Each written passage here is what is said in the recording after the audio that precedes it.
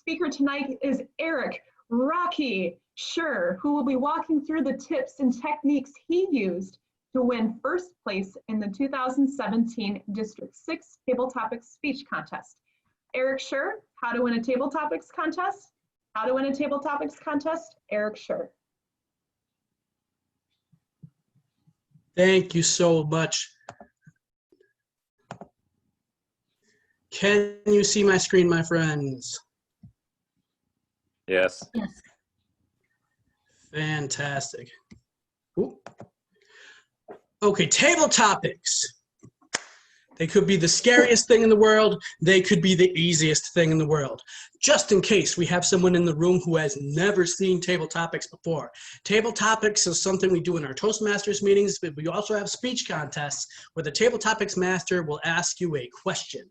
And you have 1 to 2 minutes to turn your answer to that question into a beautiful, magnificent, fantastic speech.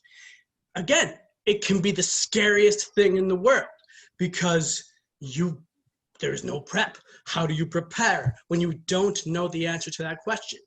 But it can be the easiest thing in the world because, hey, you just get up there. You don't have to practice. You don't have to memorize anything. They ask you a question you can answer. Regardless of which side of that equation you fall on, we're all wrong about one thing. And that is there are lots and lots and lots of ways that you can prepare for table topics questions. So today I'm going to walk you through some of the tips and techniques that I've used to win that 2017 district championship. First, I'd like to talk to the scared side of the group. Why are we afraid of table topics? Well, because we're afraid of being asked a wild question that we don't know the answer to. I am guilty of that. I always thought it's like a game of fetch. They would throw the ball, and no matter where the person threw the ball, I was gonna have to chase it, find it, catch it, and then, after all that, figure out what to do with it.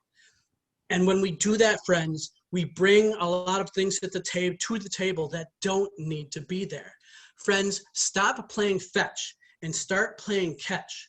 What I want you to know is the questions are designed and intended for you to give a great response. No one wants to see you stumped, not even your competitors. If you and I are competing, I don't want you to fail. I just want to be a tiny bit better than you in the judge's eyes. That's it. Last thing to remember, no matter what that question is about, the answer is always about you. So stop playing fetch and start playing catch. Now, as soon as you catch that question and you're looking at it, I hope the answer and your speech hits right away, like being struck by lightning. But if it doesn't, we're going to have to apply some techniques to figure out what to do with that. A good friend of mine, Joe Alvarez, told me a theory. And that theory is everything in life can be boiled down to basic principles. My friends, I am not wise enough and I am not studied enough to confirm to you whether that is 100% true. But I am smart enough to know that true or false, this can be used, especially in table topics.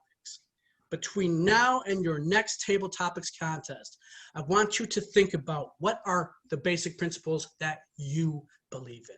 Has to be yours. What are your principles? What are your fundamental truths? If they're not a truth, what are your hypotheses, the things you really wish were true? And it doesn't have to be serious. Have fun with it. What are your pet peeves, the things you can't stand? What are things you obsess or daydream about? Anything that you can speak about passionately and or excitedly. What are those things? Think about them. Practice them. Write about them. And I want you to create an elevator speech, a 1 to 2 minute speech. Bring it to your Toastmasters club where you talk to people about that, where you refine that principle and you build on that. And then I also want you to create for that a one-liner. If you were to sum up that principle that you are so passionate about and believe in so much, if you could only tell it in one phrase, one statement, what would that one-liner be? Why? Why do I want you to practice all these things? because I'm going to introduce you to a technique I used called the Kerplunko technique. Now, some of you, if you watch The Price is Right, you may have seen a game called Plinko, where they drop this disc, oh, Rochelle's seen it, and it bounces off a bunch of pegs until it finally lands into a bucket in the bottom. Okay, and I want you, of course, Plinko is probably copyrighted, so I can't call it that. So my technique is called the Kerplunko technique. And I want you to do the same thing to that question that's happening to that disc. Take that question and I want you to bounce it off the pegs and until you can relate it to one of those principles that I just talked about. What are the pegs? As you hit the pegs, I want you to tear the question apart. And I want you to dissect and abstract and break down the question so that, again, you can relate it to a principle. And once you have related to your principle, all that passion is going to come behind it. You've given yourself the RTR, the reason to roar. Now, if you're looking for help, how can we break down this question? Okay, abstract the question. What are they really asking me? My friends, if someone asks you, if you were a tree, what kind of tree would you be? I think we've all heard a question like that before, and we probably smacked our heads when we did. They're not asking you if you're an oak tree. They don't care if you're an apple tree. No one should answer that question. I'm a conifer. No, they're asking you what kind of person you are. So tell me, what kind of person are you? If you don't want to talk about the kind of person you are, what kind of person would you like to be? Or you know what? Twist it. What person do you not want to be? That answer sounds more fun. Abstract the question. What are they really asking you? If that doesn't work, dissect the question into pieces. What are the events of the question? Did they give you a scenario? Did they tell you something was happening? What are the events? What are the subjects or the themes involved in the question? And who is involved in the question? For my championship speech, the table topics question was, you were on your way to your next Toastmasters meeting and you get pulled over for speeding by the police. What do you say to get yourself out of that ticket? First of all, what are they really asking me? They were fairly specific. So what are the themes to this question? Well, first of all, I got caught for doing something wrong. So if that hits a principle of mine, if you are going to do something wrong, it better be fun, especially if you're going to get caught. But why was what I did so wrong? Because it broke a rule. All right, now you've hit a big principle of mine. Ladies and gentlemen, I am the baby of the family. I do not like rules. The reason why I do not like rules, because in my experience, following the rules usually leaves you to some good behavior and some compliance versus getting you what you really want. So that's what I did. Now I have my magic. I have my passion. I'm revved up. I unleashed. First of all, I had fun. I put myself in that situation and I launched on the crowd. And I started talking to this police officer, trying to get him, rather than following these rules, forget that ticket. What do you really want? And that's a perfect segue into my next bit of advice, which is once you know what you're going to talk about, if there's one thing you walk away with from this speech, my friends, give a speech. Not just an answer. That is something that will win you a contest. It is something that will lose you a contest.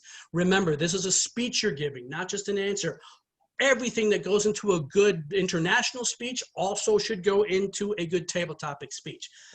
Use your formula. Me, I like to do an attention getter.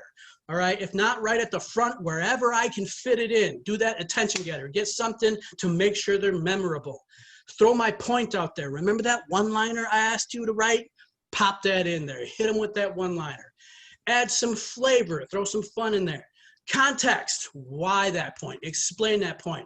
That's a good time for your elevator speech. A little more flavor. Have some fun with them. Fun or facts. You choose the flavor you want to throw in there. For your conclusion, bam. Hit them with that point again. The one-liner. Your formula is all yours. This is mine, but use it as you want to. Again, this is a speech. This is not just an answer to a question. So build that burger, perform, be memorable. bring all those good habits that you bring to every single speech. So thinking about building good habits, what I want you to do is I want you to drill.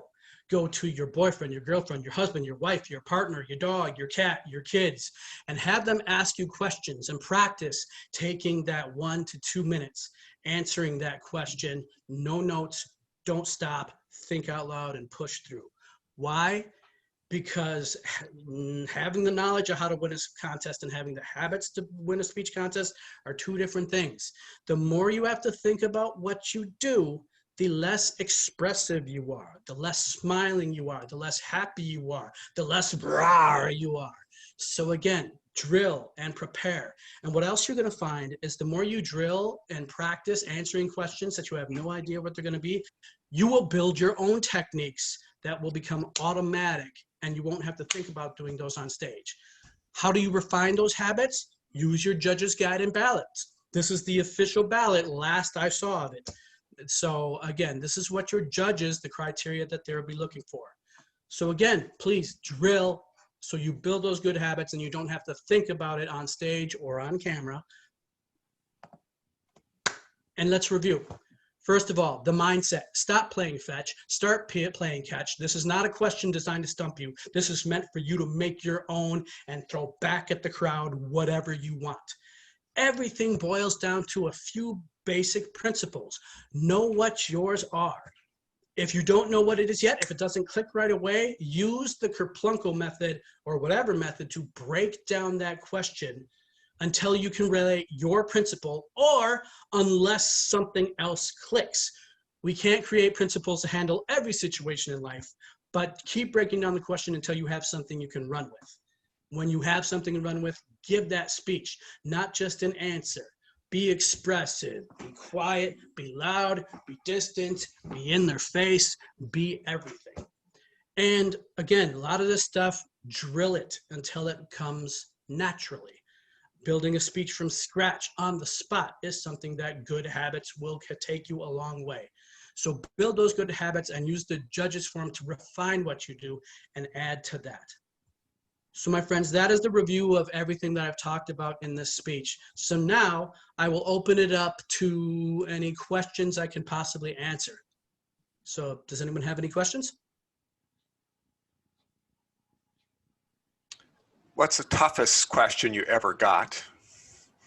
The toughest question, actually the tree question was the toughest one I ever got. Because really, here's what tripped me up. Okay, I was fooled by thinking I had to know something about trees. I know what my personality is. I'm an expert on me. But what kind of tree actually matches my personality, that's a whole nother story. So again, the way I got around that was, it took me a little bit of thinking and breaking down, but what I ultimately came up with was describing the tree, not naming it. And I described it by saying, I want to be a tree with so many branches that people could hang up each one of their problems on each one of my branches so that they could only worry about one problem at a time. And that's the core, the basic message of what I gave. So yeah, the tree question, that was the hardest question I ever got. So thank you for that question. I've used that question as a table topics master. And we love you for it. You see, it is a challenging question. Eric? Yes. Do you actually build cameos that you then rehearse? I mean, if you're coming into a table topics contest, are you spending time in your living room doing those little 10, 15 second elevator speech cameos on those principles, or do you approach it a different way? I try to create a little bit of separation there because I don't want people to get stuck. Even if you have a few principles identified and practiced and rehearsed, I don't want you to get stuck in them either. Here's one thing I want you to remember, and I'll spin it into my answer. I will answer your question, Jim, is that these advice and tips that I gave you aren't just good for table topics questions. These are good for life. So every situation that comes your way isn't something brand new to think through. You know, if you know what your basic principles are, you know how to react in those situations. And to get back to your question, Jim, so on that note, before the question, I'm not hiding in the bathroom talking through my elevator speeches for every principle I have. I tend to clear my mind, and I let the question clear my mind so that I'm flexible, so that I can think and let the question drive where my thinking goes. So yeah, I don't come into a contest with anything really prepared, because then you have to switch to a different track if one of the questions doesn't go along with one of your predetermined lines. Does that help? Does that answer your question, Jim? Yeah, that's great. Thank you, Eric. Hey, Eric, Hello. Mr. 2014 district champion here.